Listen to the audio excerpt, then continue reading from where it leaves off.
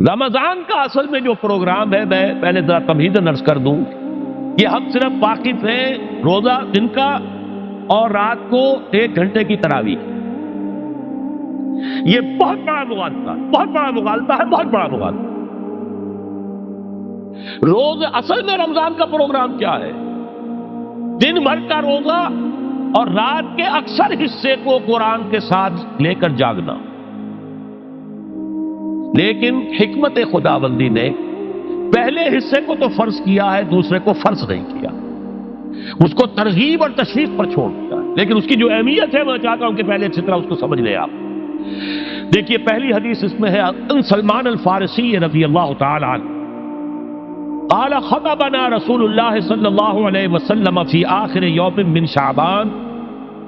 حضرت سلمان فارسی سے مروی ہے، انہوں نے فرمایا کہ خطبہ ارشاد فرمایا ہمیں اللہ کے رسول نے صلی اللہ علیہ وسلم شعبان کے آخری دن۔ فقال، آپ نے ارشاد فرمایا، یہ خطبہ طویل ہے، میں نے صرف شروع کے چند جملے یہاں نقل کیے ہیں۔ یا ایھا الناس قد اضلکم شہر عظیم، اے لوگوں تم پر ایک بہت عظمتوں والا مہینہ سایہ فگن ہو گیا ہے۔ دیکھیے سایہ فگن سے وہ انگریزی کا محاورہ آپ کے ذہن میں آنا چاہیے، coming events cast their shadows before. ابھی رمضان شروع نہیں ہوا ہے، شعبان کا آخری دن ہے، تو وہ کمنگ ایونٹ جو ہے رمضان مبارک، اس کا سایہ آ گیا ہے تم پر، اس لیے حضور نے وہ لفظ استعمال کیا قد اضلکم، ظلال کہتے ہیں سائے کو، قد اضلکم شہر عظیم، بڑی عظمت والا مہینہ ہے، شہر مبارک، بہت برکت والا مہینہ ہے، شہر فیہ لیلۃ خیر من الف شہر، اس میں ایک رات وہ بھی ہے، وہ مہینہ جس میں ایک رات وہ بھی ہے جو 1000 مہینوں سے افضل ہے۔ انا انزلناہ فی لیلۃ القدر وما ادراک ما لیلۃ القدر لیلۃ القدر خیر من الف شہر۔ اب جو اگلے 2 جملے ہیں وہ نوٹ کیجئے، جعل اللہ صیامہ فریضۃ وقیام لیلہ تطوعا، اللہ نے ٹھہرایا ہے، قرار دیا ہے اس کا روزہ رکھنا تو فرض کے درجے، اور اس کی رات کا قیام تطوع کے درجے میں، اپنی مرضی پر، اپنی خواہش پر، نفل کے طور پر یہ تم پر لکھ دیا گیا ہے، لکھا تو گیا ہے، جعلہ تو ہے۔ مجعول کا جو پہلا مفعول ہے وہ کیا ہے؟ جعلہ کا مجعول اول کیا ہے؟ دن کا روزہ، اور مجعول ثانی کیا ہے؟ قیام لیلہ، رات کو کھڑا رہنا۔ اب یہ رات کا کھڑا رہنا اس کی کتنی مقدار ہوگی؟ کہاں سے معلوم کریں گے؟ قرآن سے۔ جب یہ لفظ آیا ہے سورہ مزمل میں، یا ایھا المزمل قم اللیل الا قلیلا نصفہ او انقص منہ قلیلا او زد علیہ ورتل القرآن ترتیلا، یہ معنی ہے اے لحاظ کپل میں لپٹ کر لیٹنے والے، کھڑے رہا کرو رات کو سوائے اس کے تھوڑے سے حصے کے، یعنی آدھی رات یا اس میں تھوڑا سا کم کر لو، جسے پھر کہا مفسرین نے 1/3 رات کم سے کم، اور زد علیہ، یا آدھی پر بھی کچھ زیادہ کرو، یہ 2/3 رات ہو گئے۔ وَرَتِّلِ الْقُرْآنَ تَرْتِیلًا، اور قرآن کو اتارا کرو تھوڑا تھوڑا تھوڑا، یہ ترتیل، تفریل، تنزیل، جیسے قرآن تھوڑا تھوڑا محمد پر نازل ہوا صلی اللہ علیہ وسلم، ایسے ہی تھوڑا تھوڑا تھوڑا قرآن اپنے اندر اتارو، ہیمر اٹ ڈاؤن، اپنے ذہنوں میں اتارو، اپنے قلب میں اتارو۔ اس کے لیے رات کو کھڑے رہو، اور قیام اللیل کم سے کم 3/4 شب کے اوپر اطلاق ہوگا، اس سے کم پر تو اطلاق ہے ہی نہیں۔ اگلی حدیث پڑھیے، اور یہ ہے جو عام طور پر ہر مسجد میں بھی آج کل خوب یہ گونج رہی ہوگی، حدیث بیان ہوتی ہے، اس لیے کہ بخاری اور مسلم دونوں میں موجود ہے، متفق علیہ روایت ہے، اس سے اونچا تو درجہ سند کے اعتبار سے تو حدیث کا کوئی اور درجہ اس سے اونچا ہے نہیں۔ عن ابی ہریرہ رضی اللہ عنہ قال قال رسول اللہ صلی اللہ علیہ وسلم، حضرت ابو ہریرہ سے روایت ہے، آپ نے فرمایا کہ حضور نے ارشاد فرمایا، من صام رمضان ایمانا و احتسابا غفر له ما تقدم من ذنبه، جس نے روزہ رکھا رمضان مبارک کے دوران اللہ پر یقین رکھتے ہوئے اور اس سے اجر و ثواب کے حاصل ہونے کی امید میں، اس کے تمام پچھلے گناہ معاف ہو جاتے ہیں۔ ومن قام رمضان ایمانا واحتسابا غفر له ما تقدم من ذنبه، اور جو کھڑا رہا رمضان کے دوران، کھڑا رہا ہے، جیسے ساما، میں نے شروع میں آپ سے عرض کر دیا تھا یہ مصدر ساما یصوم صوما قام یقوم قیاما، ومن قام رمضان، جو کھڑا رہا رمضان کے دوران، پورے رمضان کے دوران کھڑا رہا، ایمان و احتسابا کی شرط پھر وہی ہے، غفر له ما تقدم من ذنبه، وہی اجر اس کا بھی ہے۔ ومن قام لیلۃ القدر ایمانا واحتسابا غفر له ما تقدم من ذنبه، اور جو خاص طور پر لیلۃ القدر میں کھڑا رہا ایمان اور احتساب کے ساتھ، اس کے بھی پچھلے گناہ معاف ہو گئے۔ اب یہ قامہ اور سامہ جیسے آ رہا ہے ایک دوسرے کے ساتھ پیرلل ہو کر، اس کو نوٹ کر، من سامہ رمضان من قام رمضان، کیا یہ 1 گھنٹے کی تراویح جو ہے اس پر پوری اترتی ہے؟ نسبت خاک رابع عالم پاک، کوئی اس میں ریشو پروپورشن جڑتی نہیں۔ اگلی حدیث بھی پڑھ لیجیے، یہ وہی آگے عبداللہ ابن عمرو بن العاص رضی اللہ تعالی عنہما، جن کے بارے میں نے عرض کیا تھا، بہت ہی زاہد منش، بڑے عابد، ہر روز روزہ اور پوری رات نماز پڑھتے تھے، وہ راوی ہیں اس کے۔ عن عبداللہ ابن عمرو رضی اللہ عنہما ان رسول اللہ صلی اللہ علیہ وسلم قال الصیام والقرآن یشفعان للعبد، روزہ اور قرآن دونوں بندے کے حق میں شفاعت کریں گے۔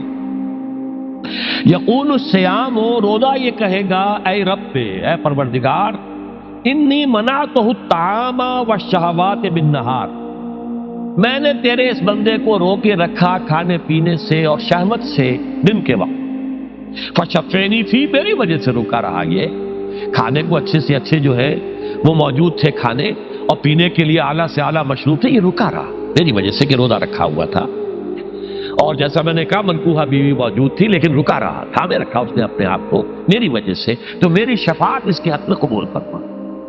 وَيَقُولُ الْقُرْآنُ، اور قرآن یہ کہے گا مَنَعْتُهُ النَّوْمَ بِاللَّيْلِ، میں نے اسے روکا رکھا رات کو سونے سے، فَشَفِّعْنِي فِيهِ، تو پروردگار میری شفاعت اس کے حق میں قبول فرما، فَيُشَفَّعَانِ، تو ان دونوں کی شفاعت قبول کی جائے گی۔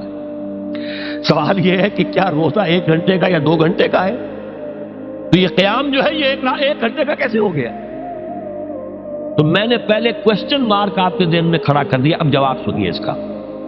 جواب یہ ہے کہ اس کو اللہ تعالیٰ کی حکمت یہ تھی کہ اسے فرض نہ کیا جائے، اس کو معلوم ہے۔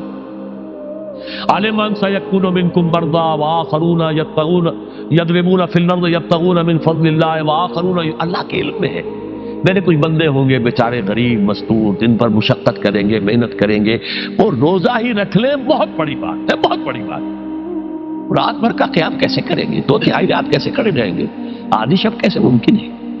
لہذا فرض نہیں کیا، حضور نے بھی فرض نہیں کیا، نہ اس کو آپ نے لازم کیا، نہ اس کے لیے وہ زوردار جو لوگوں سے کہا کہ ضرور پڑھو، چھوڑ دیا پڑھو، اصل لوگ پڑھتے تھے اپنے طور پر۔ اب یہ کہ کوئی آدھی رات کھڑا ہے، کوئی 1/3 رات ہے، کوئی پوری رات ہے، حق اللہ کے بندے۔ لیکن 3 دن حضور نے یہ باجماعت نماز پڑھا دی، لیکن پڑھائی ہے وہ تہجد کے وقت، یعنی لوگ رات کے وقت جو بھی ہے کھڑے ہیں، جاگ رہے ہیں، قرآن پڑھ رہے ہیں، لیکن یہ کہ خاص تہجد کے وقت آپ اپنے حجرے سے برآمد ہوئے تو لوگ جمع ہو گئے، آپ کے گرد جمع ہو گئے۔ آپ نے 3 دن یہ 8 رکعتیں جو تہجد کی حضور کی ہوتی تھی، وہ آپ نے 8 رکعتیں پڑھائیں باجماعت، لیکن وہ وقت تہجد کا تھا، یہ نوٹ کر لی۔ 4تھے دن بھی صحابہ منتظر رہے، جب حضور برآمد ہوں گے تشریف لائیں گے، نہیں آ رہے حضور، تو کچھ کھنگار بھی رہے ہیں، کہیں پتہ نہیں حضور کہیں اونگ نہ آ گئی ہو تو ہماری آوازوں سے جاگ جائیں، پھر بھی نہیں آئے حضور۔ اگلے روز آپ نے فرمایا کہ میں جان بوجھ کر نہیں آیا، میں اگر یہ متواتر تمہیں پڑھاؤں گا تو یہ تم پر فرض ہو جائے گی۔ یہ ہے وہ رافت اور رحمت، بالمومنین رؤوف الرحیم، جو اللہ تعالیٰ کی شان ہے رحمان الرحیم ہونے کی، بالمومنین رؤوف الرحیم، یہ محمد الرسول اللہ بھی ہے، تم پر یہ سختی جو ہے یہ تمہارے لیے قابل برداشت نہیں ہوگی، لہذا میں نے یہ 3 دن صرف پڑھائی ہے، اگر مسلسل پڑھاتا تو فرض ہو جاتا۔ یہاں تک تو ہے حکمت نبوی کا معاملہ، اب آیا حکمت صحابی یا حکمت خلیفہ راشد۔ یہی معاملہ رہا حضور کی حیات طیبہ کے دوران، یہی حضرت ابوبکر رضی اللہ تعالیٰ عنہ کی خلافت کے دوران، یہی حضرت عمر کا بھی ابتدائی دور، لیکن دور خلافت عمر فاروق کے دوران یہ واقعہ آیا کہ حضرت عمر داخل ہوئے مسجد میں، دیکھا رات کے وقت ابھی کوئی باجماعت تراویح کا کوئی انتظام نہیں تھا. آپ نے دیکھا کچھ لوگ مسجد کے اس کونے میں کھڑے ہیں, ایک حافظ ہے, سادے تو حافظ نہیں ہوتے تھے نا, تو کوئی حافظ ادھر, انہوں نے 5 6 7 8 آدمیوں نے کسی حافظ سے گزارش کی, وہ انہیں قرآن سنا رہا ہے, وہ کھڑے سن رہے ہیں. کوئی دوسرے کونے میں ایک دم کٹا ہے, کوئی تیسری طرف ہے, کہیں ہے. تولیوں کے اندر لوگ جو ہے وہ قیام اللیل کا حق ادا کر رہے ہیں. آپ نے فرمایا کیا ہی بہتر ہو کہ یہ سب جمع ہو جائیں کہ امام کے پیچھے, اور پھر یہ کہ اسے عشاء کے ساتھ متصل رکھ دے, تاکہ جس کو کہتے ہیں عربی میں ما لا یترک کلہ لا یترک کلہ, اگر کوئی شے کل کی کل حاصل نہیں ہو سکتی تو کوئی شخص بھی مسلمان بالکل محروم نہ رہ جائے. کم سے کم یہ 20 رکعت تراویح تو پڑھے اور قرآن سن لے, تاکہ کسی نہ کسی درجے میں تو اس کا بھی حصہ ہو جائے اس کی برکات میں سے. یہ ہے حکمت حضرت عمر فاروق کے فیصلے کی. اور چونکہ حضور نے فرمایا علیکم بسنتی و سنت الخلفاء الراشدین المہدیین, تم پر لازم ہے کہ میری سنت کو اور میرے خلفاء راشدین کی سنت کو مضبوطی سے پکڑو. یہ وجہ ہے کہ فقہائے اربعہ جو ہیں ہمارے, وہ سب کے سب اس کو واجب کے درجے میں رکھتے ہیں, اس لیے کہ یہ فیصلہ حضرت عمر کا, عمر خلیفہ راشد ہیں رضی اللہ تعالی عنہ. لہذا یہ نظام بن گیا تراویح کا. اب میں اس کی نفی نہیں کر رہا, لیکن جو سمجھتا ہے کہ اس سے اصل حکمت اور غرض و غایت پوری ہو گئی, وہ مغالطے میں مبتلا. یہ تو علی الاقل کم سے کم اس درجے میں کہ ہر مسلمان کم سے کم اس درجے تک تو جو ہے وہ کچھ نہ کچھ حاصل کر ہی لے, اور وہ اس سے محروم نہ ہو بالکل ہی. ما لا یدرک کلہ لا یترک کلہ, اس درجے میں حضرت عمر کا فیصلہ ہے, اور اسی کی وجہ سے ہمارے خلفاء, ہمارے جو ائمہ اربعہ انہوں نے قبول کیا ہے. اور یہی اس مسئلے کا حل ہو جائے گا. جو اہل حدیث حضرات اس کے اوپر جو ہے چیلنج بھی شائع کرتے ہیں, کوئی ثابت کر دے حضور سے 20 رکعتیں تو ہم اتنے لاکھ, ہم بھی کہتے ہیں کہ حضور سے ثابت نہیں ہے, کون کہتا دعویٰ ہی نہیں. یہ تو حضرت عمر کا فیصلہ ہے, حضرت عمر کا فیصلہ, خلیفہ راشد کا فیصلہ, اس کو امت نے قبول کیا ہے, لہذا وہ نظام ہے, رہے گا. اور یہی جو ہے آپ کو معلوم ہے, حالانکہ یہاں اکثریت جو ہے وہاں پر وہ اہل حدیث حضرات کی ہے سعودی عرب میں, حرمین میں وہی 20 رکعت تراویح ہوتی, اس لیے کہ وہ ان کا جو آفیشل مسلک ہے وہ مسلک حنبلی, حنفی نہیں ہے, وہ حنبلی مسلک میں بھی یہی ہے, شافعی میں بھی یہی ہے, مالکی میں تو 36 تک کی روایتیں موجود ہیں, 36 رکعت. لیکن یہ ہے کہ یہ ہے وہ 20 رکعت تراویح کا معاملہ, اس کی نفی میری بات سے نہ سمجھ لیجیے گا, وہ ٹھیک ہے, حضرت عمر کا فیصلہ ہے. پھر یہ کہ یہ آسان ترین ہے کہ عشاء کے ساتھ ہی متصل پڑھ لی, اور آج تو ہماری نیند کا کوئی حصہ اس میں جاتا ہی نہیں, کون سوتا ہے, اس سے پہلے سوال ہی پیدا نہیں ہوتا. لیکن یہ جو کہہ رہے ہیں کہ قرآن کہے گا میں نے اسے نیند سے روکے رکھا, اس کا حق کہاں ادا ہوا؟ اس کا حق تو ادا ہوگا کہ تہائی ورنہ نصف شب کے لگ بھگ آپ جاگے قرآن کے ساتھ. اب سمجھئے اس کی غرض و غایت کیا ہے. اگر قرآن رمضان کا یہ دوگنا پروگرام سامنے آ گیا, اصلاً جو مطلوب ہے دن بھر کا روزہ اور رات کے اکثر حصے کا کم سے کم نصف شب جو ہے اس میں جاگنا قرآن کے ساتھ. اب اس کی جو حکمت اور غرض و غایت ہے وہ بھی اب آپ 2 درجوں میں سمجھ. رمضان کا اب 2 اچھا پروگرام, دن میں روزہ رکھو, اس روح کو مزمحل کرو, اس روح کو مزمحل کرو گے, اس نے جسم کو مزمحل کرو گے, حیوانی وجود کو, تو ہی اس روح کو کچھ ریلیف ملے گا. بھاری بوجھ کسی کے قدموں میں پڑا ہوا ہے, وہ کیسے اوپر اٹھے گا؟ ذرا اس کے نیچے جو وزن ہے, لنگر بھاری ہے, جہاز کا کیسے چلے گا؟ لنگر تو اٹھاؤ. تو اس طریقے سے وہ ذرا بوجھ سے اس کو تھوڑا سا ریلیف دو, رات کو کھڑے ہو جاؤ. اب اپنی روح پر نازل کرو اللہ کے کلام. تیرے ضمیر پہ جب تک نہ ہو نزول کتاب, گرا کشا ہے نہ راضی نہ صاحب کشاف. اب یہ فوار پڑ رہی ہے تمہارے اوپر, تمہارے اندر اس کو جذب ہونا چاہیے. اس سے کیا ہوگا؟ روح کو تقویت حاصل ہوگی. اس کو مثال سے پہلے سمجھا دو. کوئی شخص پیاس سے مر رہا تھا, اس درجہ پیاسا تھا کہ اس کے اوپر بے ہوشی بھی طاری ہو گئی ہے. کوئی شخص آیا, اس نے پہلے اس کو پانی کے چھینٹے دیے, کچھ ہوش میں آیا. اب اسے پانی کا کوئی کٹورا لگا دیا اس کے منہ سے. پانی کے ایک گھونٹ کی جو لذت اسے اس وقت محسوس ہوگی, کیا کبھی زندگی میں کسی کو محسوس ہو سکتی؟ یہ پانی کتنی بڑی قیمت ہے, قیمتی شے ہے. یہ تو اسی سے پوچھے جسے شخص پیاس لگی تھی, اور پیاس کی وجہ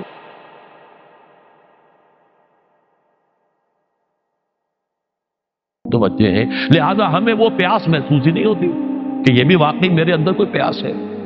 روح بیدار ہوگی تو وہ پیاس جو اس کے اندر پیدا ہوئی ہے وہ کدھر متوجہ ہوگی؟ اپنے پروردگار کی طرف۔ یہ ربط ہے اگلی آیت کا، آپ پڑھیے وَإِذَا سَأَلَكَ عِبَادِي عَنِّي فَإِنِّي قَرِيبٌ۔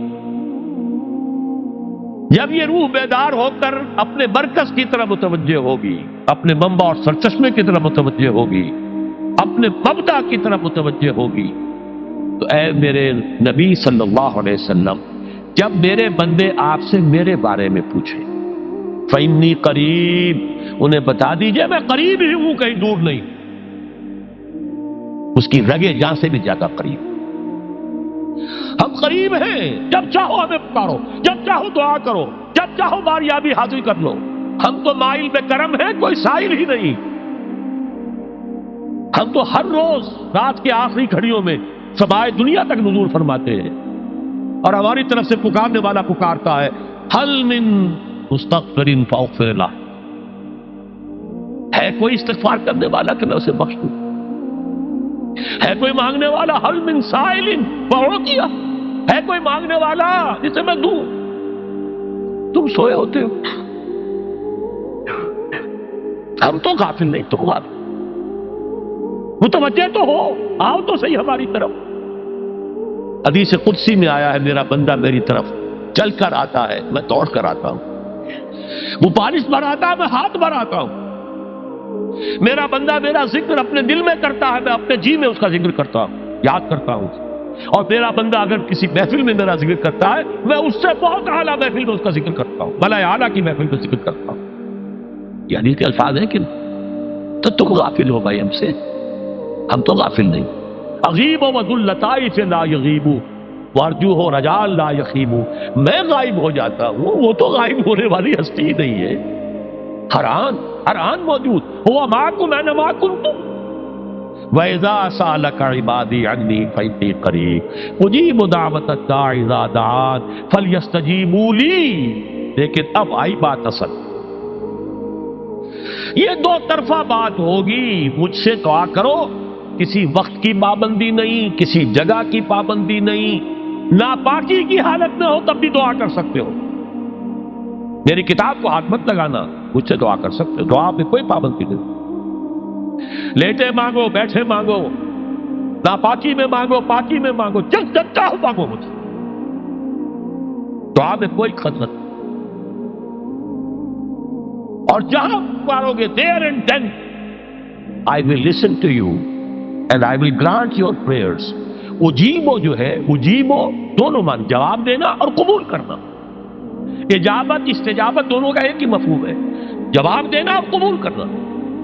اجیب دعوت الداعی اذا دعان، میں تو ہر پکارنے والے کی پکار کو سنتا ہوں، قبول کرتا ہوں جب بھی وہ مجھے پکارتا ہے، لیکن فلیستجیبوا لی، میرا بھی تو کہنا مانو، چاہیے کہ یہ بھی میرا کہنا مانے، مجھ سے محبت کریں، مجھ سے لو لگائیں، میرے دین کے لیے اپنے آپ کو وقف کریں۔ ان صلاتی و نسکی و محیای و مماتی للہ رب العالمین، میرے باغیوں کے خلاف بغاوت کریں، میرے دین کا جھنڈا اونچا کریں، یہ سارے احکام ہیں کہ یہ قرآن میں۔ قاتلوہم، جیسا کہ میں نے آپ کو بتایا اگلے ہی رکوع میں قتال کا حکم آ رہا ہے، اب وہ گھوڑوں کو روزہ رکھواتے تھے، بتا دیا یہ روزہ تمہیں کس لیے رکھوایا جا رہا ہے، اگلے ہی رکوع کے اندر حکم ہے قاتلوا فی سبیل اللہ الذین یقاتلونکم وقاتلوہم حتی لا تکون فتنۃ ویکون الدین للہ، اللہ کے لیے دین ہو جائے، پورا کا پورا نظام اللہ کے تابع آ جائے، اس کے لیے پہلے دعوت دو، محنت کرو، جد و جہد کرو، اس دعوت کے نتیجے میں جمعیت فراہم کرو، جب جمعیت اتنی ہو جائے کہ پھر اس باطل نظام کے خلاف بغاوت کر سکو تو کرو بغاوت، اگر باطل نظام کے خلاف بغاوت نہیں کرتے ہو تو پھر ہم سے بغاوت ہے تمہاری، پہلے ذہنی بغاوت ہے، آپ ڈس اون کیجئے ذہنی اعتبار سے، نفسیاتی اعتبار سے، میں اس نظام کو نہیں اون کرتا، ریکنسائل نہ کیجئے اس کے ساتھ، کوئی تعاون نہ کیجئے اس کے ساتھ، کوئی چاچری اور ملازمت نہ کیجئے اس کی، تن من دھن لگائیے اس نظام کو بدلنے کے لیے، چاہے ابھی وہ دعوت کے مرحلے میں ہے، لوگوں کو تیار کیا جا رہا ہے، تربیت دی جا رہی ہے، تزکیہ کیا جا رہا ہے، لیکن ہدف کیا ہے؟ تاکہ اللہ کا دین غالب۔ فَلْيَسْتَجِيبُوا لِي، میرا بھی تو کہنا سنے اور مانے. میں جہاد کا حکم دیتا ہوں تو جہاد کریں، میں اقامت دین کا حکم دیتا ہوں اقیم الدین تو اس کے لیے کھڑے ہو جائیں، میں قتال کا حکم دوں تو قتال کریں. فَلْيَسْتَجِيبُوا لِي وَلْيُؤْمِنُوا بِي، اور مجھ پر ہی اپنا ایمان پختہ رکھیں. توکل کریں تو مجھ پر کریں، محبت کریں تو مجھ سے، راضی رہے تو میری تقدیر پر راضی رہے. توکل ہو، راضی برضائے رب ہو، اطاعت ہو، جب تک یہ ساری چیزیں اللہ کے لیے نہ ہو جائیں. والذین آمنوا اشد حبا للہ، اصل میں تو مومن وہ ہوتے ہیں جو سب سے بڑھ کر شدید ترین محبت اللہ سے کرتے ہیں. قل ان کان آباؤکم وابناؤکم واخوانکم وازواجکم وعشیرتکم واموال اقترفتموها وتجارۃ تخشون کسادها ومساکن ترضونها احب الیکم من اللہ ورسولہ وجہاد فی سبیلہ فتربصوا حتی یاتی اللہ بامرہ واللہ لا یہدی القوم الفاسقین. اے نبی ان سے کہہ دیجئے اگر تمہیں اپنے باپ، اپنے بیٹے، اپنے بھائی، اپنے اسپاؤسز، بیوی کے لیے شوہر، شوہر کے لیے بیوی، اور رشتے دار، اور تمہارے وہ مال جو تم نے بڑی محنت سے جمع کیے ہیں، تمہارے وہ کاروبار جن کا تمہیں اندیشہ ہوتا ہے کہ کساد بازاری نہ ہو جائے، کہیں پر جو ہے ریسیشن نہ آ جائے، اور تمہارے وہ مکان اور محلات جو تم نے بنائے ہیں، اگر یہ 8 چیزیں محبوب تر ہیں اللہ سے اور اس کے رسول سے اور اس کی راہ میں جنگ کرنے سے، جہاد سے، تو جاؤ دفعہ ہو جاؤ، بیٹھو وہاں یہاں تک کہ ہم اپنا فیصلہ سنا دیں. اور اللہ ایسے فاسقوں کو، ایسے ناہنجاروں کو ہدایت نہیں دیتا. یہ ہے قرآن آیت نمبر 24 سورہ توبہ. فَلْيَسْتَجِيبُوا لِي وَلْيُؤْمِنُوا بِي لَعَلَّهُمْ يَرْشُدُونَ. اب وہ لفظ آ گیا رشد. دیکھیے پہلے آیا تھا لعلکم تتقون، روزہ، مجرد روزہ تقوی پیدا کر دے گا، ضبط نفس، اور ضبط نفس بھی وہ جو حکم خداوندی کا تابع ہے. یہ روزے کی ریاضت ہے، روزے کی ریاضت کا حاصل. رمضان کے روزے کے ساتھ قیام اللیل کا دو گنا پروگرام، دن میں روزہ، رات کا قیام قرآن کے ساتھ. اس کا پہلا نتیجہ کیا ہے؟ لعلکم تشکرون، تاکہ قرآن کی عظمت منکشف ہو جائے، قرآن کی قدر و قیمت سے تم آگاہ ہو جاؤ، تمہیں معلوم ہو جائے کتنی بڑی دولت ہے جو اللہ نے دی ہے. اور آخری بات یہ، جب تمہاری روح بیدار ہو جائے گی، اپنے مالک کے ساتھ ہم کلام ہوگی. اسی کا نام دعا ہے. دعا ہے جس کے بارے میں حضور نے فرمایا الدعاء مخ العبادہ، یہ عبادت کا جوہر ہے. الدعاء هو العبادہ، دعا ہی تو اصل عبادت ہے.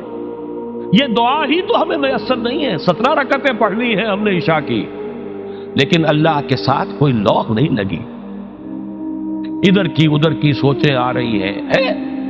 17 رکعتیں پڑھی ہوں یا 7 پڑھی ہوں، 10 پڑھی ہوں، آپ کو اجر ملے گا، لیکن آپ کو دعا کی نصیب نہیں ہوئی. دعا کب ہوتی ہے؟ بقول اقبال، یہ جو میرے اندر ہے فائنائٹ ایگو، انائے صغیر، انا میں، یہ چھوٹی سی انا ہے. اس انائے کبیر، اس انائے کبیر کے لیے سب سے بڑی جو مظہر آیت ہے قرآن مجید میں وہ سورہ طٰ، اننی انا اللہ لا الہ الا انا،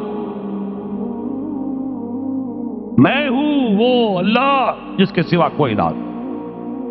اننی انا اللہ لا الہ الا انا، یہ ہے فاعبدنی واقم الصلاۃ لذکری. یہ انائے کبیر ہے، انفائنائٹ ایگو، اللہ، انا اللہ، the big انا، اور یہ چھوٹی سی انا ہے، انا میں.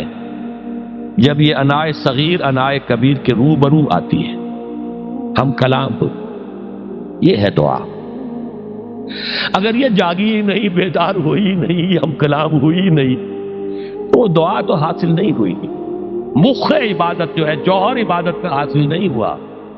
ہاں ایک شکل ہے عبادت کی، مراسم عبودیت ہے، یہ اشکال ہے، رہ گئی رسم ادا، روح بلالی نہ رہی، فلسفہ رہ گیا، تلقین غزالی نہ رہی. ایک شکل ہے، تم نے کر لی، اجر ملے گا. آخر وقت نکالا ہے، آپ اللہ کے سامنے کھڑے ہوئے ہیں، اجر سے محنت کا جو اجرت وہ دے گا، لازم اس پر بھی دے گا. لیکن حقیقت صلاۃ کوئی اور شے. اسی لیے کہا محمد رسول اللہ صلی اللہ علیہ وسلم الصلاۃ معراج المومنین، اہل ایمان کے لیے یہ معراج کے درجے کی شے ہے۔ معراج میں مکالمہ ہوا تھا، التحیات للہ والصلوات والطیبات، یہ حضور نے فرمایا السلام علیکہ ایھا النبی ورحمۃ اللہ وبرکاتہ، کس نے کہا؟ اللہ نے فرمایا السلام علینا وعلی عباد اللہ الصالحین، حضور نے فرمایا اس سلامتی میں تمام اللہ کے نیک بندوں کو شامل کر رہا ہوں، سلامتی مجھ پر بھی ہو اور تمام اللہ کے نیک۔ یہ مکالمہ ہے، مخاطبہ ہے۔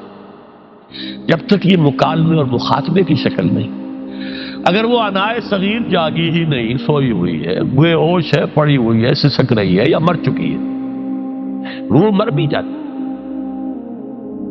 جسم زندہ ہے، روح مرتی، جسم جان کے ساتھ زندہ ہے، حیوان انسان زندہ ہے، انسان مر چکا۔